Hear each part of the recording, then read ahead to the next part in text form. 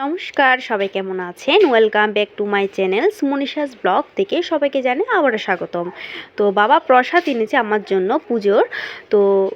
তো এখন বাবাকে বললাম যে আমি তো পরিমাণ মতো পারি না, বাবাকে দিয়ে করাচ্ছি সব কিছু। উনি আমাকে সব কিছু পরিমাণ মতো আদা বাটা, রসুন বাটা, পেঁয়াজ বাটা সবগুলো পরিমাণ মতো করে দিচ্ছে।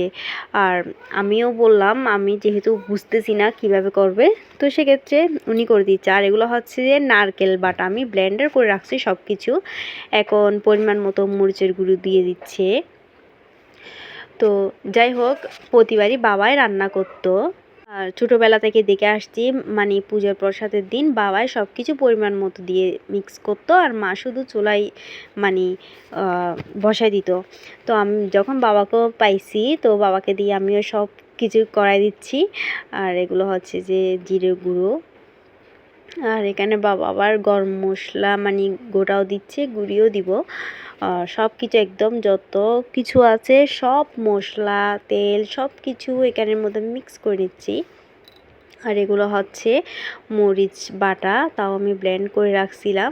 ওখান থেকেও স্বল্প পরিমাণ দিয়েছিল, এবার ঝাল হয় বলে কম দিছে, নাহলে তো আমরা বেশি ঝাল খেতে পারি। সাথে সরিষার তেলও দিয়েছে।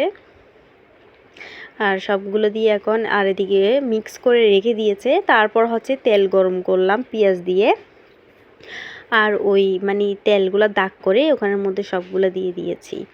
আর ওগুলো দিয়েও আবার কিছুক্ষণ রেখে দিয়েছি। তার সাথে আমি লেবুর রসও দিয়েছিলাম, আর এটা এক্সট্রা আমি দিয়েছিলাম।